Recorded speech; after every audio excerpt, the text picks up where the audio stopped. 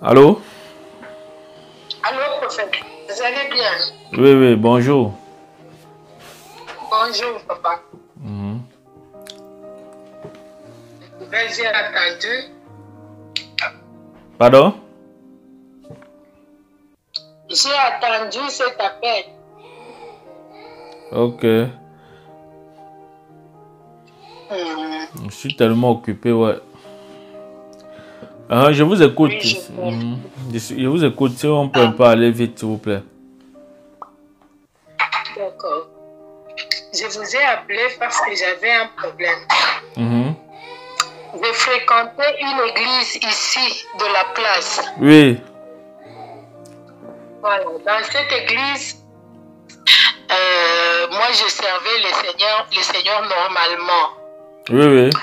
Mais un jour, j'avais appris que les pasteurs n'étaient pas vraiment, n'étaient pas bien.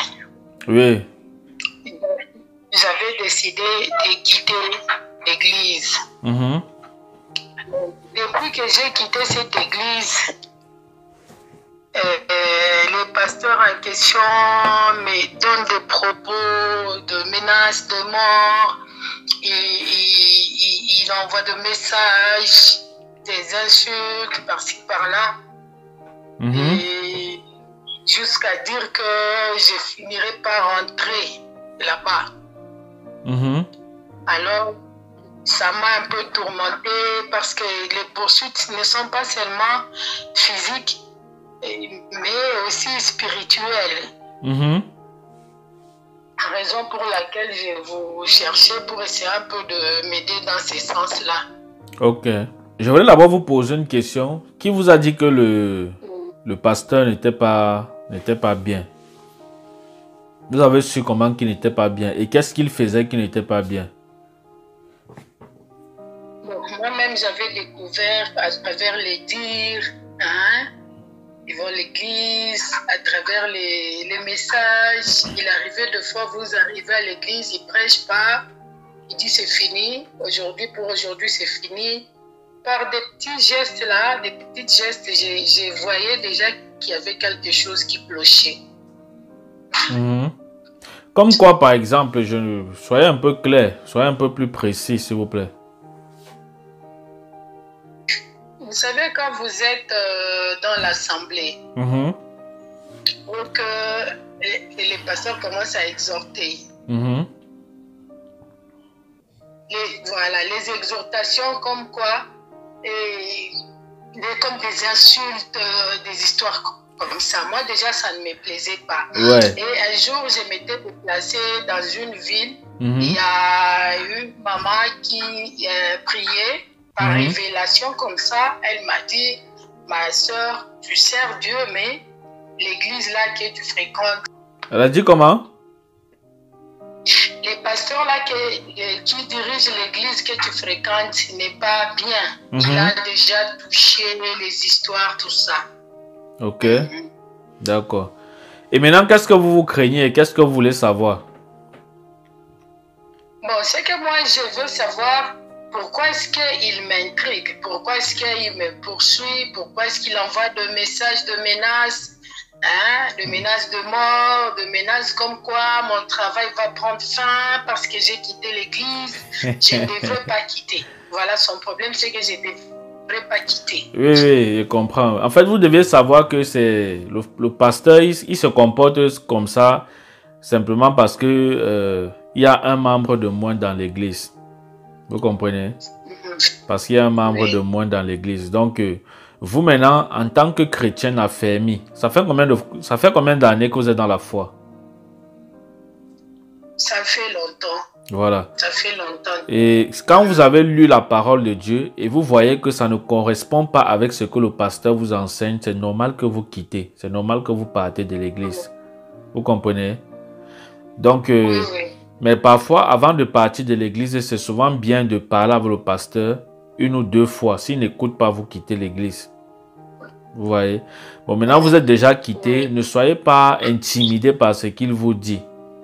Vous comprenez? C'est tout ce que je peux vous dire. Ne soyez pas intimidés. Donc, quel qu'en soit ce qu'il vous dit, que vous n'allez pas réussir, tout ça, ne soyez pas intimidés par ça. Ce sont des paroles que si vous êtes réellement servante de Dieu, vous comprenez un peu, rien ne vous arrivera. Donc, ne soyez pas intimidés par ça. Même si le pasteur a mis la main quelque part, même s'il est entré dans les choses qui sont bizarres, c'est-à-dire peut-être il est déjà dans la sorcellerie et tout ça, vous comprenez, ne soyez pas intimidés par ça. Et continuez à servir Jésus. Et il vous écrit même, ignorez ces messages. Vous comprenez? Oui, ignorez ces messages. Il y a des gens comme ça. Vous comprenez, non? Moi, je cause avec les gens, il y a les pasteurs comme ça, voilà, qui aiment prendre la supériorité ou alors l'autorité parfois sur les brebis où il ne faut pas. Vous comprenez? Donc, toutes ces paroles de malédiction qu'il prononce sur vous, dans l'esprit, je ne vois pas ça agir sur vous. Donc, n'ayez pas peur de quoi que ce soit. Est-ce que vous comprenez? Amen. Voilà. Donc, il n'y a rien ne va arriver. Il est en train de vous intimider parce qu'il veut que vous reveniez dans l'église. Mais vous, maintenant, vous ne pouvez pas revenir dans l'église parce que ces enseignements ne sont pas conformes à la parole de Dieu. Quand vous voyez déjà un homme de Dieu qui insulte, ne restez pas à côté de lui, partez. Est-ce que vous comprenez? Quand vous voyez déjà, comme il insulte déjà là, partez. Donc vous avez pris la bonne voie. Vous avez bien fait de partir. Je ne veux pas vous dire de retourner dans l'église là, ne retournez pas là-bas. Est-ce que vous comprenez? Je comprends pas. Voilà. Et ne soyez pas intimidés par tout ce qu'il vous dit. Même s'il vous dit que vous allez perdre le travail, ça n'arrivera pas. Vous comprenez, non? Amen. Voilà. Donc, il utilise juste son titre pastoral pour vous faire des menaces. Mais devant Dieu, c'est nul et sans effet. Est-ce que vous comprenez? Parce que lui-même, ses œuvres ne sont pas bonnes devant Dieu. Est-ce que vous comprenez? Voilà. Mais par contre, si c'était un pasteur dont les œuvres étaient bonnes devant Dieu, vous comprenez un peu? Je saurais quoi vous dire. Mais là, je vois ses œuvres ne sont pas bonnes. Voilà pourquoi je vous dis, tout ce qu'il vous dit n'aura aucun effet sur vous. C'est des paroles en l'air. Vous comprenez, non? Voilà. Mais par contre, vous ne soyez pas comme lui. Donc, s'il vous insulte, vous ne l'insultez pas. Est-ce que vous comprenez? Non, je comprends pas. Voilà. Donc, s'il vous insulte, vous, en retour, ne l'insultez pas. Restez tranquille. Et priez même pour lui dans le secret pour que Dieu change son cœur. Vous appelez d'où? Du Congo. Ça ne me surprend pas. Je ne suis pas en train de démigrer le Congo. Mais j'ai remarqué que la plupart des scandales sortent toujours du Congo. Je ne sais pas pourquoi. Alors que le Congo, c'est un pays que Dieu aime beaucoup. Si vous voyez les adorations, les meilleures adorations et tout ça, le Seigneur a fait grâce au Congo. Je vois ça sort de ce pays-là. Mais en même temps, tous les scandales que vous allez voir, la plupart, sur 10 scandales que vous allez voir dans les réseaux sociaux, 9 sortent du Congo. Je ne sais pas pourquoi.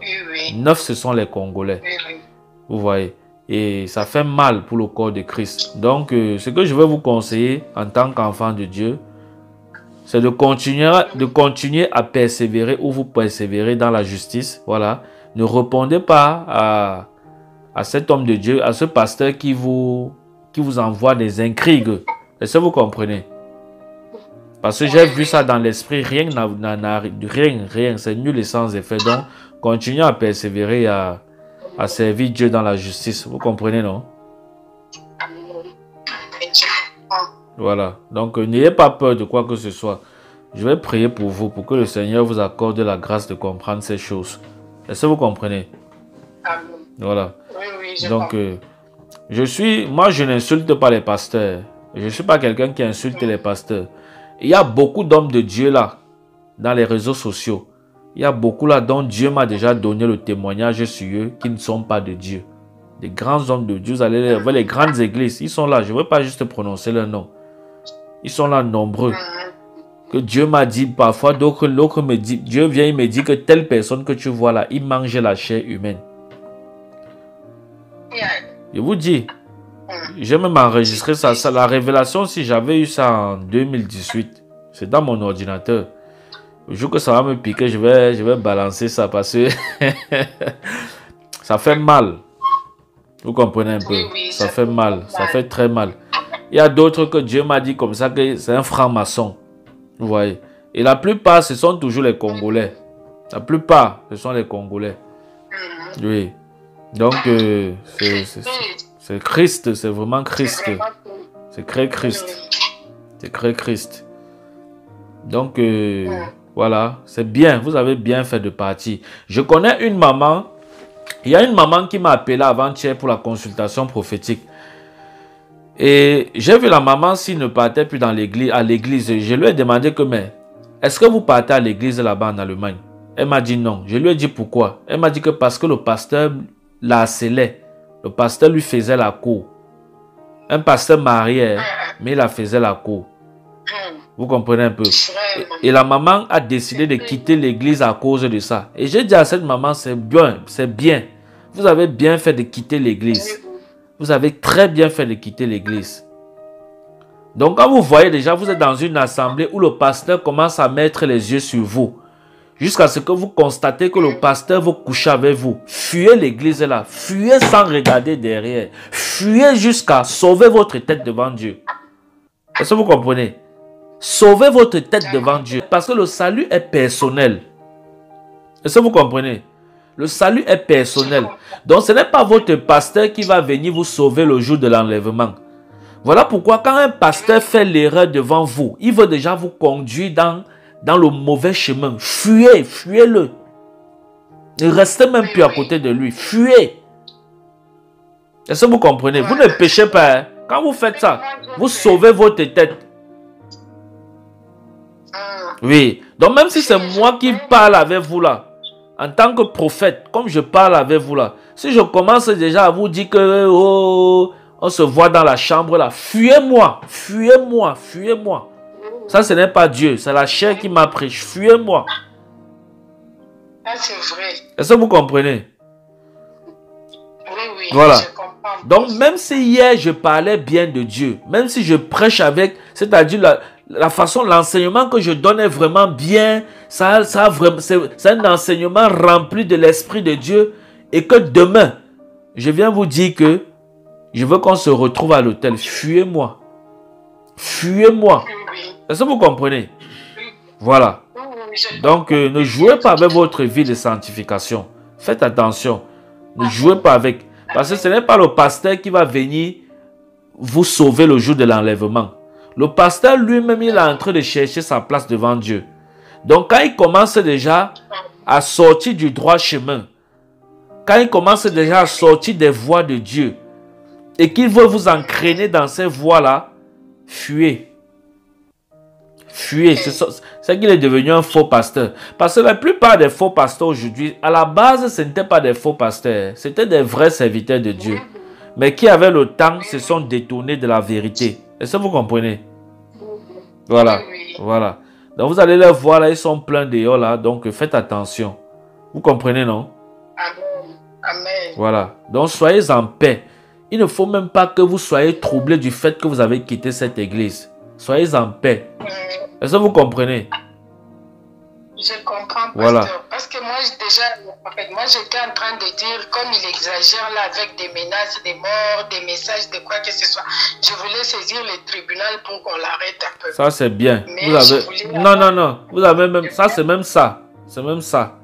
Les gens jouent. Hein. Les gens... Peut-être vous allez, quand on va dire homme de Dieu ou bien pasteur, vous allez avoir peur de lui. Non.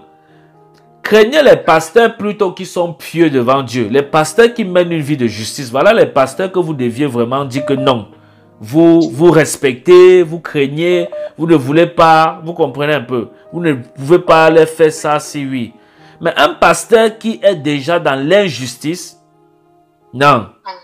Si c'est que vraiment il est dans l'injustice, il vous menace de mort et tout ça, allez porter plainte contre lui. Vous comprenez, non? Vous ne péchez pas. Est-ce que vous comprenez? Vous ne péchez pas. Parce que les autorités que vous voyez là, c'est Dieu qui les a établies. Oui. Donc, il ne faut pas qu'on vous embrouille, que non, si vous partez porter plainte à ce pasteur, c'est vos péchés. Non, ce n'est pas le péché. Il vous menace de mort. Jusqu'à vous avez les preuves, il vous menace vraiment de mort là. Allez porter plainte. Vous comprenez, non? D'accord. Allez porter plainte. Il va un peu aller passer peut-être 6 mois là-bas en prison. Sa tête va se réveiller. Ça va peut-être l'amener à la repentance même.